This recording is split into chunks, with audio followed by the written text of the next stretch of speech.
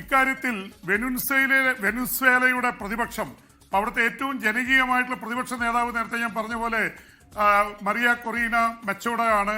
അവരെ സംബന്ധിച്ചിടത്തോളം അവര് അതിശക്തമായി അമേരിക്കൻ പക്ഷപാതിയായിട്ടുള്ള നേതാവാണ്.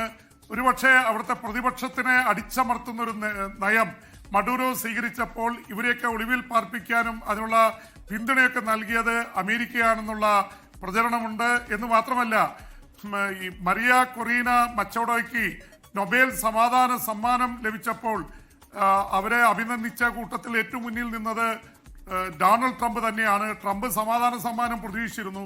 എന്ന് മാത്രമല്ല, ഈ സമ്മാനം ഡെഡിക്കേറ്റ് ചെയ്യുന്നത് ട്രംപിനാണ് എന്നുള്ള തരത്തിൽ അവര് പറഞ്ഞിരുന്നു. അവരുടെ പോരാട്ടങ്ങളെ വാഴ്ത്തുമ്പോൾ തന്നെ അവര് ട്രംപിനെ പോലെ ഒരാളെ കൂട്ടുപിടിക്കാൻ പോയതിനെതിരെ അന്താരാഷ്ട്ര തലത്തിൽ വലിയ വിമർശനങ്ങൾ ഉണ്ടായിരുന്നു. അതിനിടയിൽ ഇപ്പോൾ ഈജിപ്തിൽ വരുന്ന റിപ്പോർട്ടുകൾ, ലോക രാജ്യങ്ങളിൽ നിന്നുള്ള പ്രതികരണങ്ങൾ വന്നു തുടങ്ങിയിട്ടുണ്ട്. ഇറാൻ അതിശക്തമായ ഭാഷയിൽ വെനുസ്വേലയിൽ നടന്ന ആക്രമണത്തെ അമേരിക്കയ്ക്കെതിരെ പ്രതികരിച്ചിട്ടുണ്ട്. അമേരിക്ക ഇറാനിലും ആക്രമിക്കുമെന്ന് ഭീഷണി മുഴക്കിയതിന്റെ പിറകെയാണ് ഇപ്പോൾ വെനുസ്വേലയിൽ കയറി ആക്രമണം നടത്തിയിരിക്കുന്നത്. അടുത്ത ആക്രമണം മിക്കവാറും ഇറാനിലായിരിക്കും. അപ്പോൾ സമാധാനത്തിന്റെ കുപ്പായം അണിഞ്ഞുകൊണ്ട് നിൽക്കുന്ന ട്രംപ് ഇപ്പൊ തന്റെ യഥാർത്ഥ രൂപം കാണിച്ചുകൊണ്ടിരിക്കുകയാണ്. ട്രംപ് വെട്ടിപ്പിടിക്കുക, ലോക പോലീസിന്റെ തലത്തിലേക്ക് അമേരിക്ക മാറുന്നു. ഇന്ത്യയിൽ നിന്ന് പ്രതികരണം വന്നിരിക്കുന്ന ഇന്ത്യയുടെ CPM ഇതിന്റെ അഖിലേന്ത്യാ തലത്തിൽ തന്നെ ഇതിനെതിരെ പ്രതിഷേധവുമായിട്ട് രംഗത്തിറങ്ങിയിരിക്കുന്നു. ക്യൂബ എന്ന രാജ്യം നമുക്കറിയാം, കമ്മ്യൂണിസ്റ്റ് ഫിഡൽ കാസ്ട്രോയുടെ ക്യൂബ അതിശക്തമായ ഭാഷയിൽ പ്രതികരിച്ചുകൊണ്ട് രംഗത്തുണ്ട്. റഷ്യയും ചൈനയും നേരത്തെ ഈ നീക്കത്തിനെതിരെ പറഞ്ഞിട്ടുണ്ടെങ്കിൽ അവരുടെ ഔദ്യോഗിക പ്രതികരണം വരാനിരിക്കുന്നതേ ഉള്ളൂ. റഷ്യയെ സംബന്ധിച്ചിടത്തോളം ഉക്രൈൻ യുദ്ധം നടക്കുകയാണ്.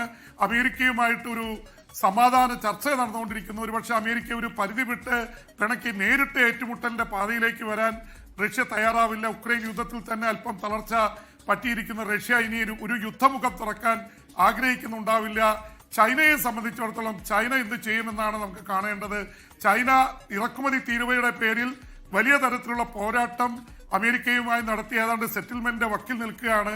പക്ഷെ ചൈനയ്ക്ക് സംബന്ധിച്ചിടത്തോളം ഏറ്റവും കൂടുതൽ എണ്ണ വരുന്ന ഒരു രാജ്യത്തെ എണ്ണ വരുന്നത് അമേരിക്ക കൊണ്ടുപോകാമെന്ന് പറഞ്ഞാൽ ചൈനയുടെ വാണിജ്യ താല്പര്യങ്ങൾക്ക് മേൽ വലിയ ഇതാണ് ഉണ്ടാവുന്നത്. ഈ അവസ്ഥ വന്നപ്പോൾ മഡൂറോ സഹായം തേടി റഷ്യയെയും ചൈനയെയും പലതവണ വിളിച്ചിരുന്നു. പക്ഷേ ട്രംപിനെതിരെ ഒരു യുദ്ധമുഖം തുറക്കാൻ അവർ രണ്ടുപേരും ആഗ്രഹിച്ചില്ല എന്ന് ഉറപ്പാണ്. അവർ രംഗത്ത് വരാത്തത് കൊണ്ട് തന്നെയാണ് ട്രംപ് ഏകപക്ഷീയമായി ഈ ആക്രമണത്തിന് തയ്യാറായതും മഡൂറോയെ പിടിച്ചുകൊണ്ടുപോകാനുള്ള ധൈര്യം കാട്ടിയതും. റീജിത്ത്.